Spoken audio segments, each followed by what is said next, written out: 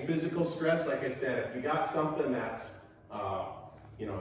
a force coming into your body that's going to overpower your body, the way that we deal with that is just to get stronger.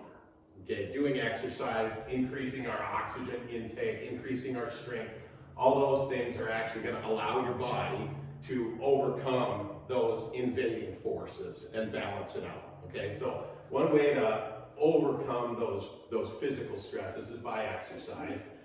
And in a chemical sense, it's kind of the opposite. We want to minimize.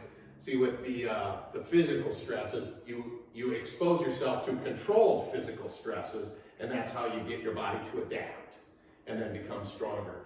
With chemical stresses, because they have more of a cumulative deleterious effect, the more chemicals that you expose your body to, the weaker and probably the more sick you're going to get. So we want to minimize our exposures to chemicals in the environment, in our foods, in our water.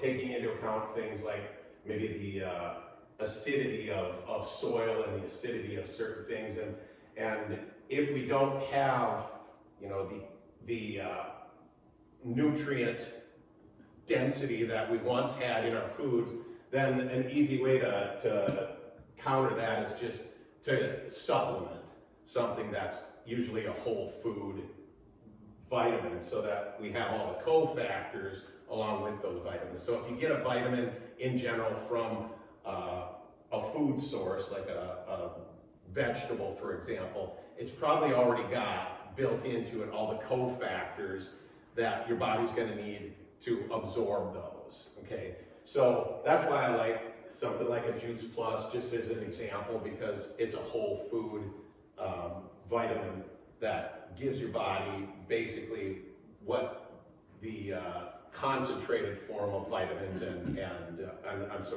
fruits and vegetables would give you. Okay, something like that. And then again, a lot of people might be deficient in the good fats because the American diet is so high in the bad fats. A lot of times we might have to supplement some of the good fats. So again, those are just ways that we can counter those chemical stresses. But how do we counter an emotional stress? We need to understand a couple things, okay? The symptoms that might follow, and the fact that every stress has a response in the body. So every physical stress, a P means physical, has a chemical and emotional result in the body, okay?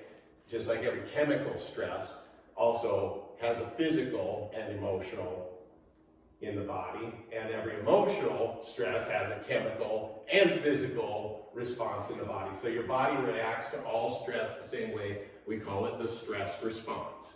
Okay, there are chemicals actually released in your body that are responsible for that stress response. So in terms of tonight, our chemical talk, I want to focus on those big three categories of chemicals that are actually found in your body. Your body's making them as a response to that stress, okay? And again, they can be cumulative, those chemicals, and they're positive in a short-term survival sense, in that if you are getting chased by a tiger or something like that, as an example, hey Johnny, increased cortisol is going to be a good thing, okay? Increased adrenaline or noradrenaline is going to be a good thing. Decreased serotonin in that instance is going to be a good thing. So cortisol, the reason that's going to be a good thing in a life or death situation, a high stress situation, is because it's going to increase your heart rate. Okay, that's one of the things that it does.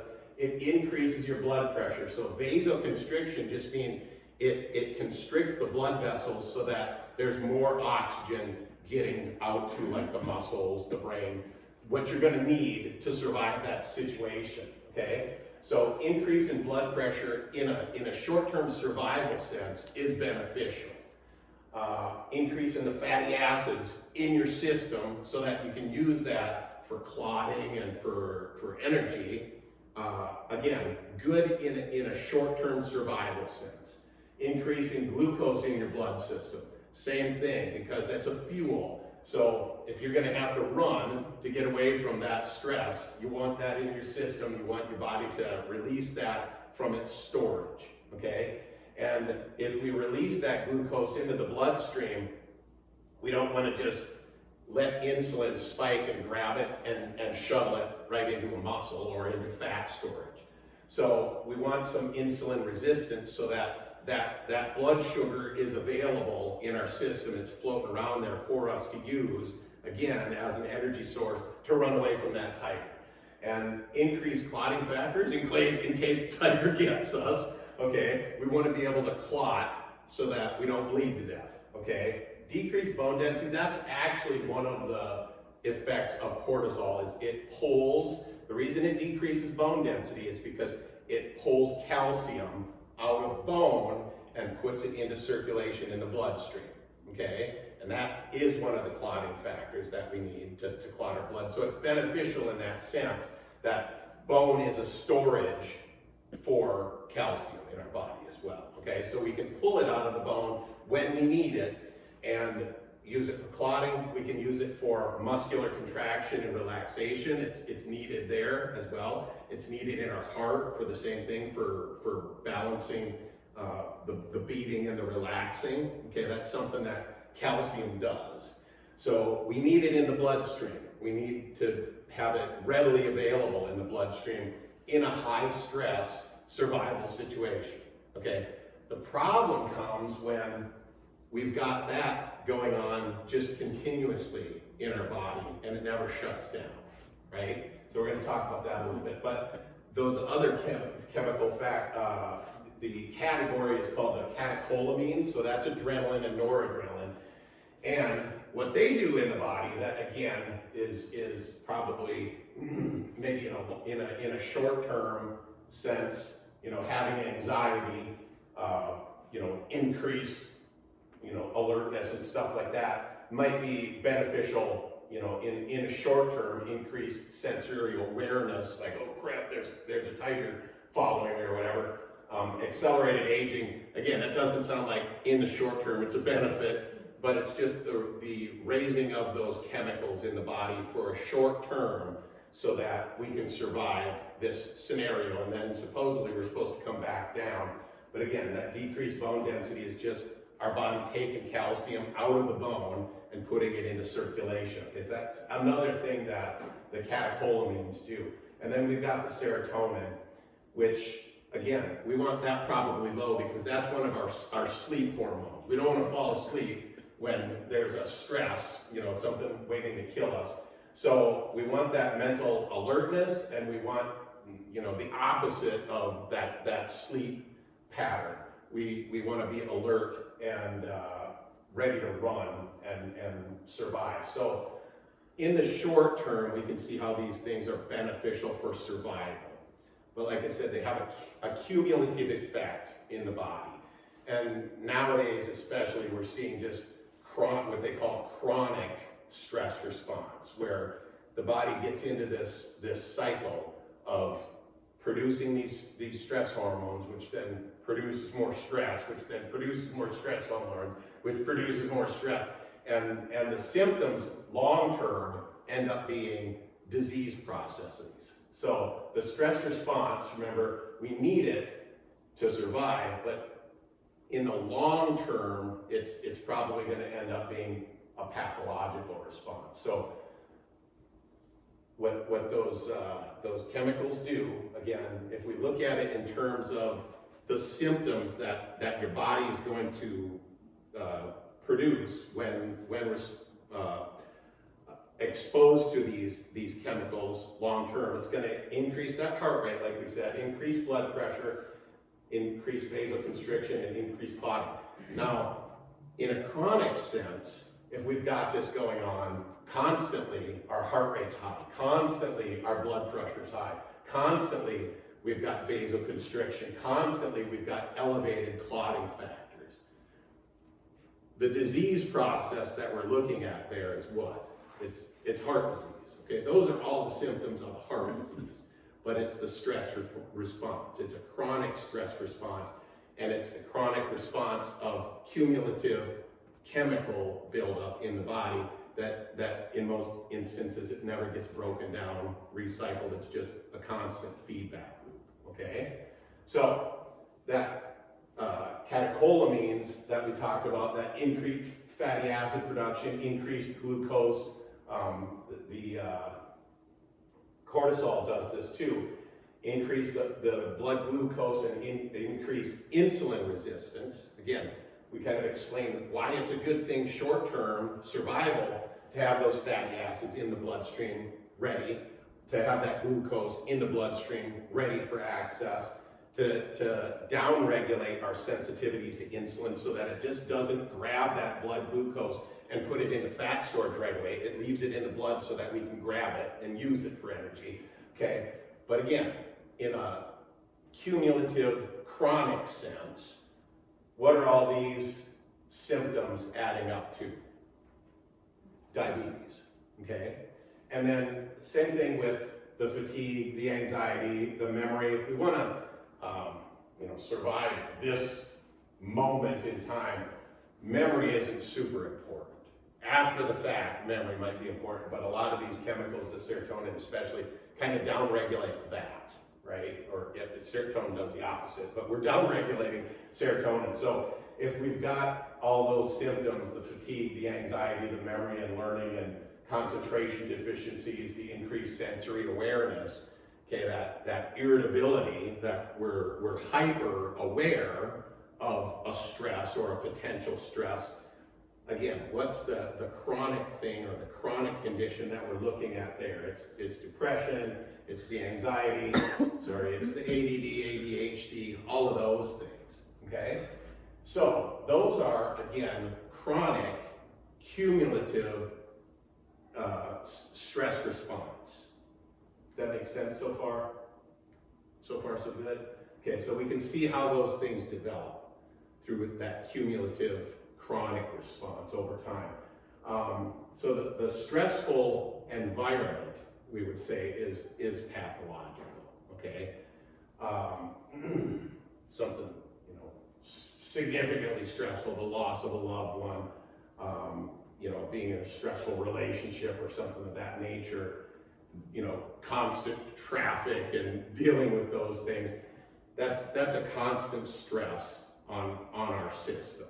And we talked a little bit about the feedback loops there. So when we've got, that high blood pressure, for example, and the vasoconstriction, and now we've got more stress from, traffic or whatever, again, that next level is it's just gonna continue increasing the production of that cortisol, which then increases the blood pressure, increases the heart rate, and it's a vicious cycle. So we want to talk about how do we kind of break out of that cycle.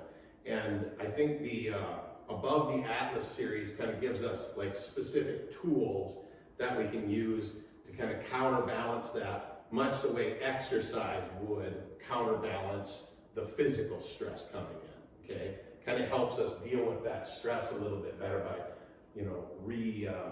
reworking that, revisioning it, I guess, in our mind. So,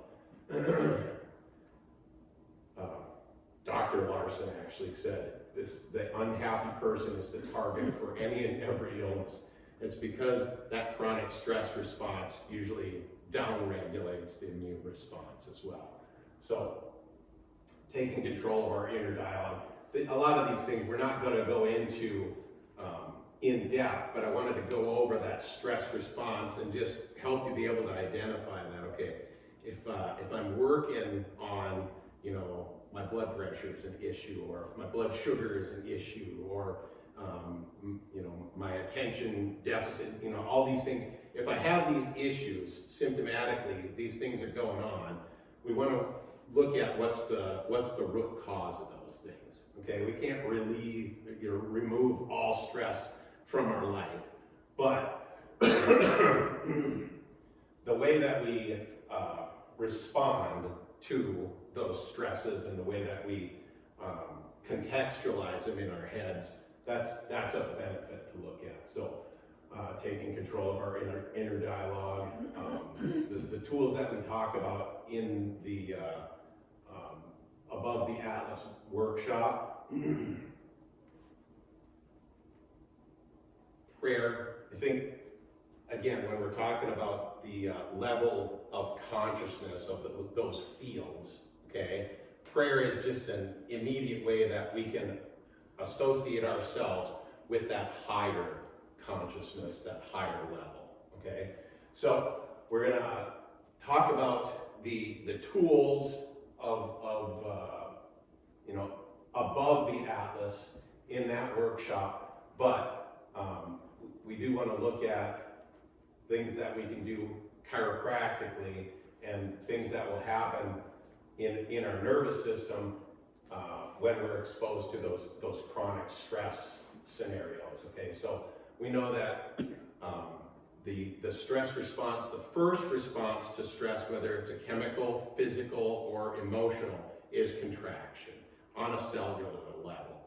So when we're looking at, for example, the muscles along the spine, or if we're looking at the pancreas, the first response of those cells is contraction, and in the pancreas instance, when it contracts, it's going to release hormones. Okay, the adrenal glands at the top of the kidneys, their first response to a stress is contraction, and then they release cortisol.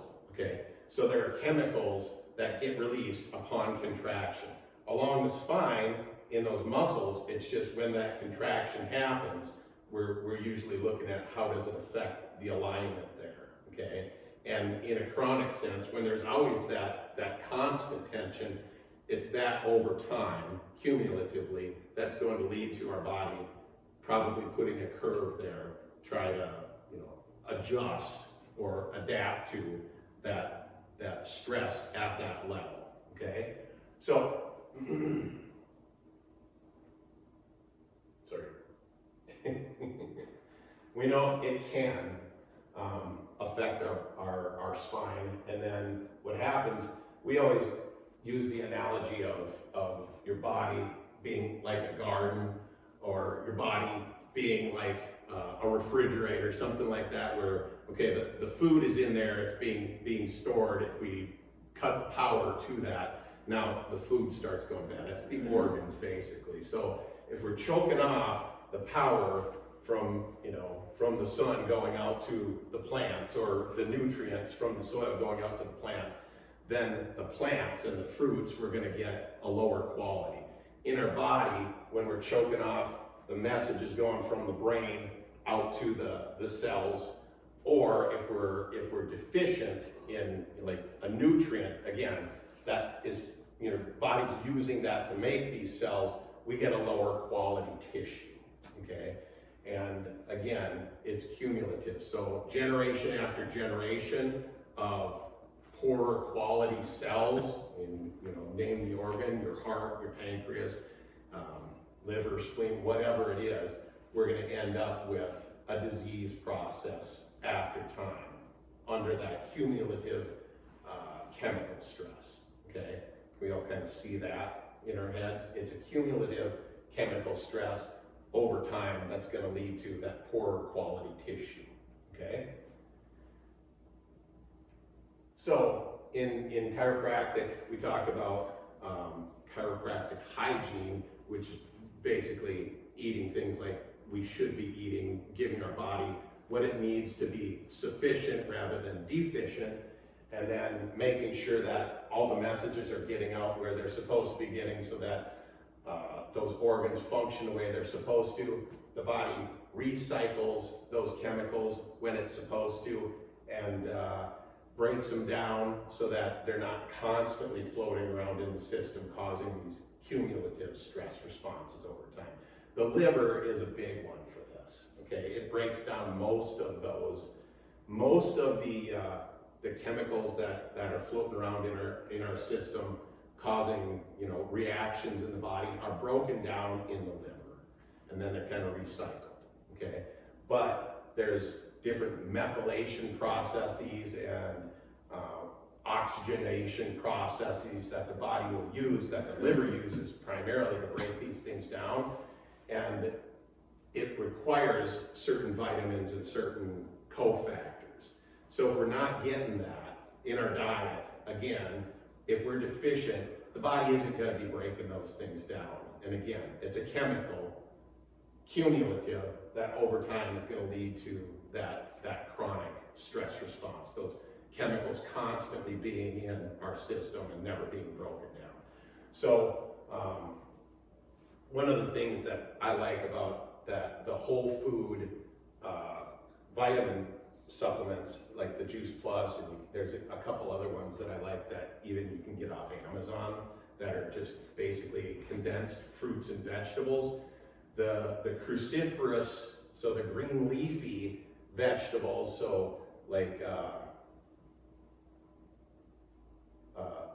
sprouts of any kind, the broccoli and broccoli sprouts, those things have the cofactors that the liver needs to actually be able to recycle those stress hormones and break them down, okay? And they make them water-based then, so that we can sweat them out, we can pee them out, we can, spit them out. However you have to, you'll breathe them out. You're going to exhale water vapor when that's broken down. So there's all sorts of different ways that your body gets rid of it, but it first has to be able to break down and recycle those chemicals. Okay, so I like those whole food sources because they have those cofactors in them that allow your liver to be able to deal with toxins. Okay, and anything that your body can't use right now for survival or growth and reproduction, it's ultimately, if it's there long enough, going to be seen as a toxin, and it's going to have a toxic effect. So I just think the detoxes that you see, a lot of them are going to look at like a diet detox. We do maybe twice a year a detox, and it's mainly the green leafy vegetables for how long? Like a week, something like that. And it just gives your body what it needs to be able to break down and make water soluble those stress hormones and things that we've built up cumulatively in our system over time. Okay, so we're gonna talk more about the different tools and such. Sorry, but we know subluxation is one of the big things that will cause a constant stress response in our body, because it breaks down that information going from our senses and from our body back to the brain, which actually triggers a constant stress response. Your body basically thinks, okay, I'm constantly being threatened by something that isn't there, because it's constantly sending this aberrant information up to the brain, and then we respond by releasing those stress hormones again. Okay, that's why getting checked for those subluxations actually helps reduce the cycle of production of those stress hormones long term. Okay, but we're going to talk a little bit about the above the atlas in the next workshop, and kind of try to relate it back to this. But I just wanted to leave you guys with, again, a story and a quote by B.J. Palmer, the guy who developed chiropractic. He said, "We never know how far-reaching something you may think, say, or do today will affect the lives of millions of people tomorrow." If your body's in this chronic stress response, how does that affect our mood? How does it affect our relationships? That's probably the primary thing, whether we realize it or not, that it does affect, is our relationships with other people, our spouse, our kids, our aunts, uncles, parents, whatever. This kid's name wasn't really Timmy, but when we first started out, we were down this strip here where the Mexican market used to be. I think the E-Cig Lounge, is it? Ice cream. Oh, it's the ice cream place, yeah. We were down there when we first started out. And we were about a year into practice, and Dr. Sean had this family, and their little guy, we'll call him Timmy, but Mom and Dad were both in the office, and Timmy would always come and he would watch Mom and Dad get adjusted. And Sean just he would love to strike up a conversation with the kids and always try to use it as a teaching moment for Mom or Dad or whatever. And he asked Timmy, he said, Timmy, what do you notice that's different since Dad started getting adjusted here? And Timmy doesn't even hesitate. He said, well, since Dad started getting adjusted, he doesn't yell at my mom anymore. Like, we don't realize the effect that our stress and our chronic stress response in our body has on our relationship. So I want to encourage you guys, if you haven't taken in that Above the Atlas workshop, take that in. If you haven't been checked for subluxation, if you haven't looked at, okay, maybe something diet related that we can do to help our body break down those stress hormones and get out of that chronic stress response, we can do those things, okay? Really, you just have to bring it up if it's a concern. And I think I'm probably just gonna do like a real simple handout, make something up so that we can just kind of give it out to people, not saying, hey, you've got this issue, but hey, you know what? If this becomes an issue, or if you know somebody who has these issues, here's some simple things that we can recommend that are going to help kind of get our body out of that chronic stress response, that chemical cumulative response that our body's going through. So everybody always assumes that when I say it's the chemical talk, they're thinking, okay, it's these chemicals that we're getting exposed to in the environment. Our body has resources that it can use a lot of times to counter those, okay? But it's really the chronic chemical response that our body actually puts forth, thinking that there's a stress there, you know, to react to it when there really isn't a physical or a chemical stress. It's an emotion and it's a perceived stress, okay? That's why that imbalance is actually there, because when we perceive that there's a physical stress, or we perceive that there's a chemical stress, and your body puts forth chemicals physically to counter that, if it really isn't there, now there's that imbalance, okay? And that's really what leads to the harm that those chemicals do long-term over time. So, thank you guys for joining us. I will put together just a short list for people so that we can have it just like an index card and say, hey, here are some things that you can do that are going to help us counterbalance these chronic stress responses that we're seeing just run rampant in society today, okay? Thanks again. Have a great evening.